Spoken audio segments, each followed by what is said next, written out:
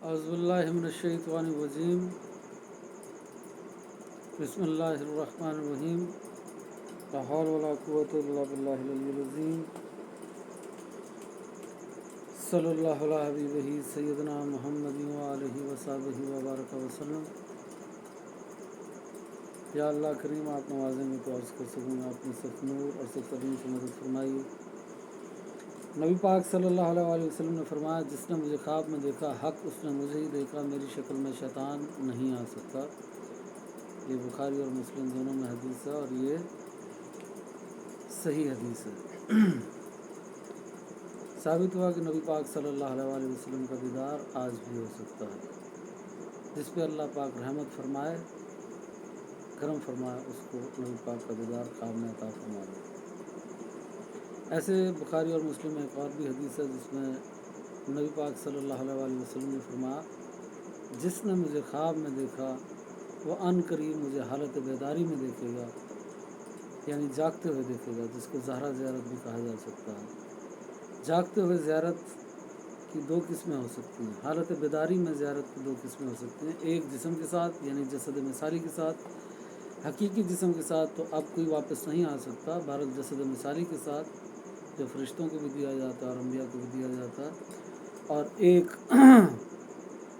زہرا نورانی زیارت۔ تو زہرا زیارت بھی ثابت ہے اس سے اور زہرا نورانی زیارت بھی۔ اب نبی پاک صلی اللہ علیہ وآلہ وسلم کے بارے میں تمام جو علماء ہیں انہوں نے یہ فرمایا، تمام محدثین نے یہ فرمایا کہ اسی چہرے میں دیکھنا جس چہرے میں آپ حضور تھے اپنی زندگی میں، یہ سب سے افضل ہے۔ جس نے اس چہرے میں دیکھا، جس چہرے میں حضور اہل بیت اور صحابہ کے ساتھ موجود تھے، اپنی زندگی میں تھے، اسی چہرے میں دیکھنا سب سے افضل زیارت ہے۔ پر کچھ محدثین نے اس پہ پابندی لگائی اور انہوں نے کہا اسی چہرے میں دیکھا تو زیارت ہوگی، اس کے علاوہ اگر کسی چہرے میں دیکھا تو وہ حضور کا دیدار ہی نہیں ہے۔ اور انہوں نے مزید سختی کی اور مزید سختی کر کے کہا کہ اگر حضور کی داڑھی میں 19 سفید بال مبارک تھے اور آپ نے خواب میں 20 دیکھے ہیں تو بھی وہ حضور کا دیدار نہیں ہے۔ اور بدگمانی نہیں کی جا سکتی ان محدثین سے، ہو سکتا ہے انہوں نے اس لیے ایسا کہا ہو کہ اس وقت کثرت سے لوگ جھوٹ بولتے ہوں کہ ہمیں حضور کا دیدار ہوتا ہے، اس وجہ سے انہوں نے ایسا کہا ہو۔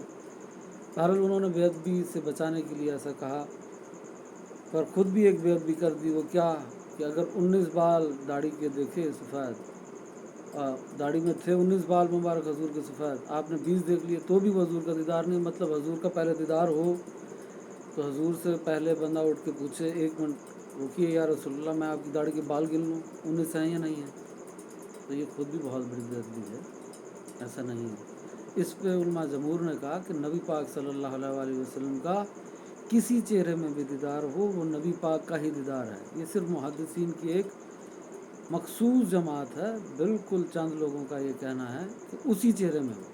سب کا یہ کہنا ہے کہ اس چہرے میں ہو تو یہ افضل ہے، پر اس چہرے کے علاوہ بھی ہو سکتی ہے، اور چند کا یہ کہنا ہے بس اسی چہرے میں ہو، تو ایسا نہیں ہے، کسی بھی چہرے میں ہو سکتی ہے۔ نبی پاک صلی اللہ علیہ وآلہ وسلم نے حضرت امام حسن سرکار کے چہرے میں دیدار کرایا۔ اس سے ثابت ہو گیا کہ نبی پاک صلی اللہ علیہ وآلہ وسلم اہل بیت اور صحابہ کے چہرے میں دیدار کراتے ہیں۔ اب اس پر یہ اعتراض پیدا ہو سکتا ہے کہ ان کے چہرے میں تو اس لیے دیدار کرایا کیونکہ حضرت امام حسن کا جو چہرہ مبارک ہے وہ نبی پاک صلی اللہ علیہ وآلہ وسلم کے چہرے مبارک سے ملتا تھا، وہ ان کے ہم شکل ہیں۔ تو جتنے بھی ہم شکل ہوں، نبی پاک تو نہیں ہیں، وہ امام حسن جتنے بھی ہم شکل ہوں نبی پاک تو نہیں ہیں، رہیں گے تو اہل بیت اور صحابہ میں سے۔ تو ثابت ہوا کہ صحابہ اور اہل بیت کے چہرے میں سے ہوتا ہے، اور امام حسن کو چننے کی وجہ اور حکمت بھی یہ ہو سکتی ہے کہ ایک ہی ہستی کو چن کے دیدار کرا دیا جائے، کیونکہ وہ آپ کے اہل بیت بھی ہیں، صحابہ بھی ہیں، آپ کے پیارے بھی ہیں، تاکہ اس سے یہ ثابت ہو جائے امت کو، قیامت تک یہ مسئلہ حل ہو جائے کہ آپ اپنے پیاروں کی شکل میں بھی دیدار کرا سکتے ہیں، اہل بیت کی اور صحابہ کی شکل میں بھی کرا سکتے ہیں۔ انہوں نے کہا جی کسی اور شکل میں کیوں نبی پاک زیارت کرائیں گے؟ تو پہلی بات تو یہ ہے کہ جو یہ کہے کہ یہ ناجائز ہے کہ حضور کسی اور چہرے میں دیدار نہیں کرا سکتے، تو جو ناجائز کہے گا یا حرام کہے گا اصول یہ ہے، قاعدہ یہ ہے، کلیہ یہ ہے کہ وہ دلیل پیش کرے گا۔ جو جائز کہے گا اس کو تو دلیل دینے کی ضرورت ہی نہیں ہے، کیونکہ قرآن کا یہ قاعدہ ہے، قانون ہے کہ قرآن ناجائز اور حرام پر دلیل دیتا ہے، جائز پر دلیل ہی نہیں دیتا۔ تو آپ اگر اس کو کہہ رہے ہیں یہ ناجائز ہے، کسی اور چہرے میں نہیں آ سکتے، تو آپ کو دلیل دینی چاہیے۔ آپ ہم سے کیوں دلیل مانگ رہے ہیں؟ تو پہلے تو آپ کو دلیل دینی چاہیے۔ دوسری بات یہ ہے کہ دلیل بھی میں عرض کر دیتا ہوں کہ اس حدیث میں فرمایا شیطان میری شکل میں نہیں آ سکتا، یہ نہیں فرمایا، یہ پابندی شیطان پر تھی کہ شیطان حضور کی شکل میں نہیں آ سکتا، یہ پابندی حضور پر نہیں تھی کہ حضور کسی اور شکل میں نہیں جا سکتے۔ تو حضور بالکل جا سکتے ہیں، تمام علماء جمہور کا اس پہ اجماع ہے، سوائے چند محدثین کے کہ حضور کسی اور چہرے میں بھی آ سکتے ہیں، جس بھی چہرے میں ہے وہ حضور کا ہی دیدار ہوگا۔ اب اس پر یہ بھی اعتراض ہو سکتا ہے کہ کیسے پتہ لگے گا کہ نبی پاک صلی اللہ علیہ وسلم کا دیدار ہے؟ تو ایسے پتہ لگے گا کہ علماء جمہور نے لکھا کہ دل میں اللہ پاک القا کر دے گا، دل میں بات ڈال دے گا کہ یہ نبی پاک صلی اللہ علیہ وسلم ہے۔ قرآن میں اللہ پاک فرماتا ہے میرے زجر و توبیخ کرنے والے فرشتے ہیں، ڈانٹ ڈپٹ کرنے والے فرشتے ہیں۔ جب کوئی گناہ کرتا ہے تو ان کے دل میں وہ ملامت کو پیدا کرتے ہیں، ملامت کو ڈالتے ہیں، اور جب کوئی نیکی کرتا ہے تو ان کے لیے مزید نیکی کی ترغیب ان کے دل میں ڈالتے ہیں۔ تو یہ کشف اور اعلام کرانے والے، القا کرانے والے فرشتے ہیں جن کا قرآن کے اندر ذکر ہے۔ تو یہی فرشتے نبی پاک صلی اللہ علیہ وسلم کے خواب میں زیارت کا بھی القا کرا دیتے ہیں۔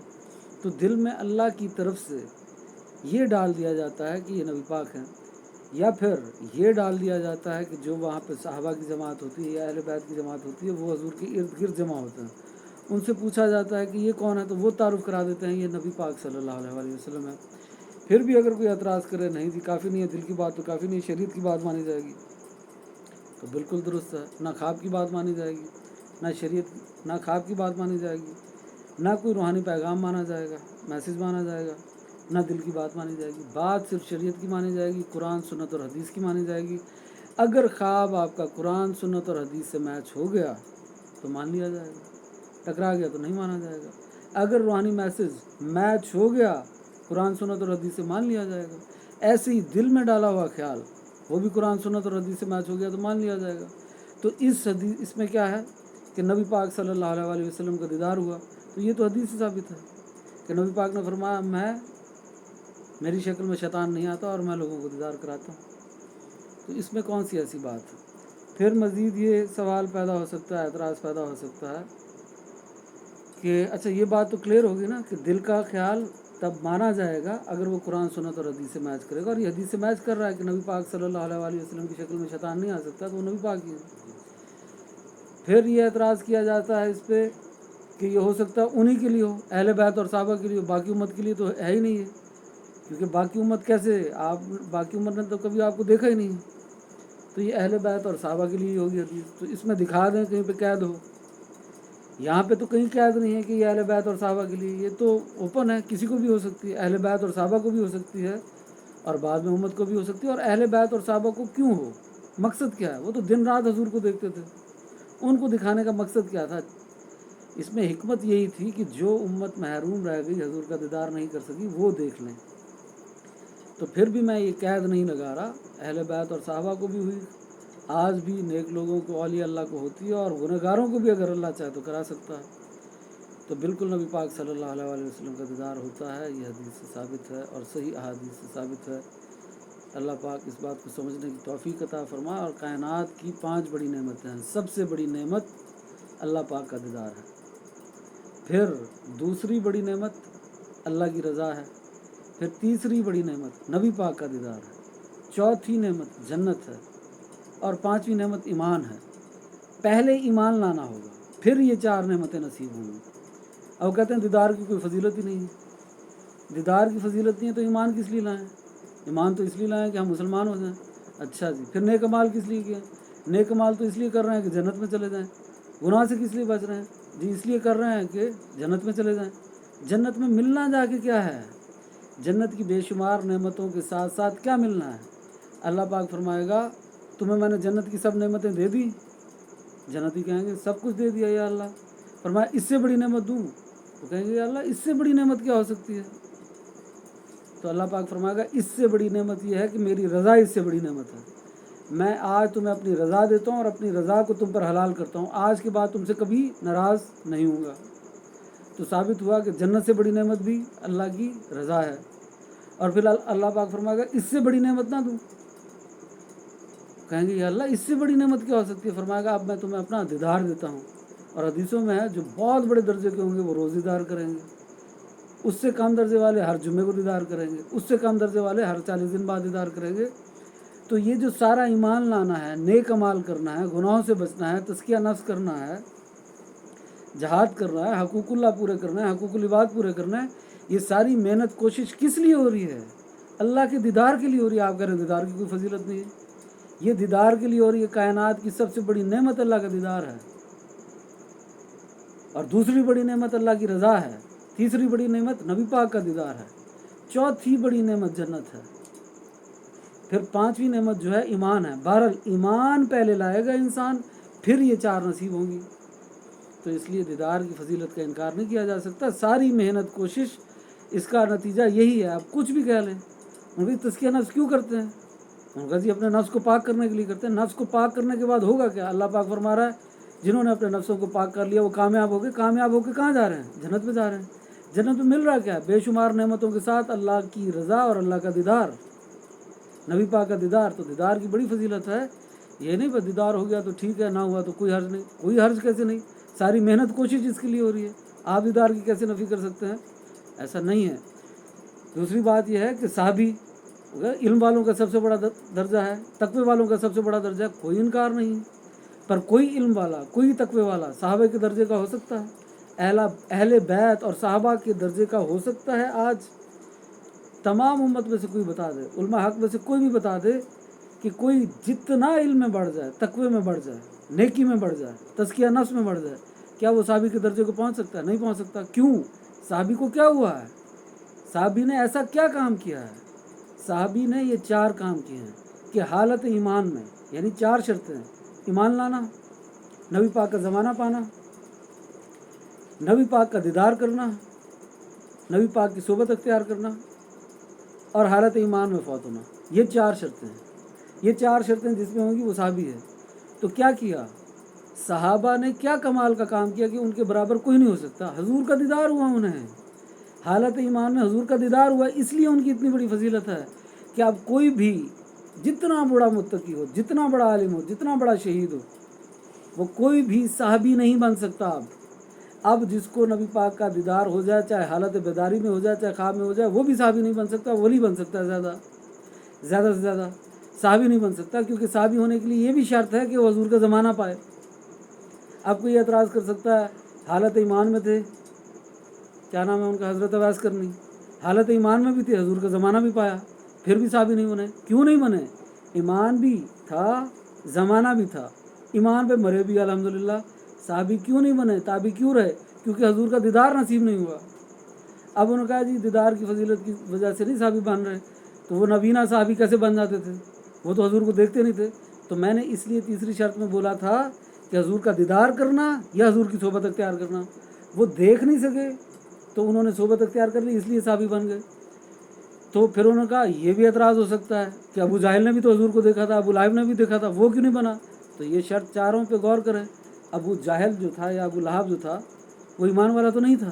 تو چار شرطیں ہوں گی، تو یہ چار شرطیں ہیں صحابہ کی، اور یہ چار شرطوں میں سب سے افضل بات یہ ہے کہ ایمان والے تو آج بھی ہیں اور ایمان پہ آج بھی مر رہے ہیں، علم والے آج بھی ہیں، تقوی والے آج بھی ہیں، تزکیہ نفس والے آج بھی ہیں، عابدین آج بھی ہیں۔ تو وہ کیوں نہیں اس درجے کو پہنچ رہے؟ کیونکہ انہوں نے حضور کا زمانہ نہیں پایا، حضور کا دیدار نہیں کیا۔ تو دیدار کی فضیلت کا انکار نہیں کر سکتا کوئی، یہ دیدار کی وجہ سے یہ فضیلت ہے۔ اور تابع کو بھی، اور تبع تابعین کو بھی یہ فضیلت ہے کہ صحابہ تابع۔ تابع کون؟ جنہوں نے صحابہ کو دیکھا، مطلب جنہوں نے حضور کو دیکھا، ان کے دیکھنے والے کو جس نے دیکھ لیا اس کا درجہ تابع کا ہے، جس نے پھر دیکھنے والے کے دیکھنے والے کو دیکھ لیا وہ تبع تابع کا درجہ ہے۔ اب کوئی تبع تابعین میں سے نہیں ہو سکتا، جتنا بڑا متقی پرہیزگار ہو نہیں ہو سکتا۔ یہ ساری دیدار کی فضیلتیں ہیں، ان کا انکار نہیں کیا جا سکتا۔ تو یہ 5 بڑی نعمتیں ہیں جن کا میں نے عرض کیا ہے، اور ساری محنت کوشش جو ہے آپ اس کا نتیجہ دیکھ لیں کہ اس کا اینڈ رزلٹ کیا ملنے والا ہے۔ اینڈ رزلٹ جنت میں جا کے اللہ کی رضا اور اللہ کا دیدار ملنے والا ہے۔ یہ ساری محنت کوشش اس لیے جاری ہے. تو ایسے نہیں نفی کرتے، سمجھنے کی کوشش کرتے ہیں. یہ ساری چیزیں ہیں. اب جو کہتے ہیں نہیں ہوتا ایسا کچھ، تو وہ سچ کہتے ہیں، کیونکہ ان بیچاروں کو نہیں ہوا ابھی تک. ان کے لیے دعا ہے کہ ہو جائے. تو جب ہو جائے گا پھر وہ بھی ماننا شروع ہو جائیں گے. تو ہوتا ہے، بالکل ہوتا ہے. علماء حق نے بھی اس کو بیان کیا، اولیاء اللہ نے بھی اس کو بیان کیا. قلبی دیدار بھی ہوتا ہے، قلبی کلام بھی ہوتا ہے. حشر کے دن تو ہر مومن دیکھے گا اللہ کو، جنت میں بھی دیکھے گا. یہ تو متزلہ کہتے ہیں نہیں دیکھے گا. متزلہ کہتے ہیں کہ کوئی قلبی دیدار قلبی کلام نہیں ہوتا. اہل سنت تو یہ نہیں کہتے، کوئی اور نہیں کہتا. یہ تو متزلہ کا عقیدہ ہے کہ نہیں ہوتا. تو وہاں تو ہر مومن دیکھے گا. یہاں پہ جس کو اللہ چاہے اپنی قدرت سے دکھا دے. بہرحال وہ ایمان والا ہو، نیک عمل کرتا ہو، گناہوں سے بچتا ہو، حقوق اللہ حقوق العباد پورے کرتا ہو، پھر اللہ اپنی رحمت سے اپنے دیدار سے، لازمی شرط اس کا ارادہ ہے. وہ ارادہ کرے تو جس کو چاہے دیدار کرا دے، ارادہ نہ کرے تو جتنا متقی پرہیزگار ہو نہ دیدار کرائے. بہرحال کہنے کا مطلب یہ ہے کہ ایمان والے ہوں، نیک اعمال کرتے ہوں، گناہوں سے بچتے ہوں، حقوق اللہ پورے کرتے ہوں، حقوق العباد پورے کرتے ہوں، پھر اللہ اپنی رحمت فرمائے، اپنا ارادہ کرے، ان کو قلبی دیدار کرا دے، قلبی کلام کرا دے، تو بالکل کرا سکتا ہے. تو یہ باتیں تھیں مختصر سی. اللہ اس کو سمجھنے کی توفیق عطا فرمائے. آمین.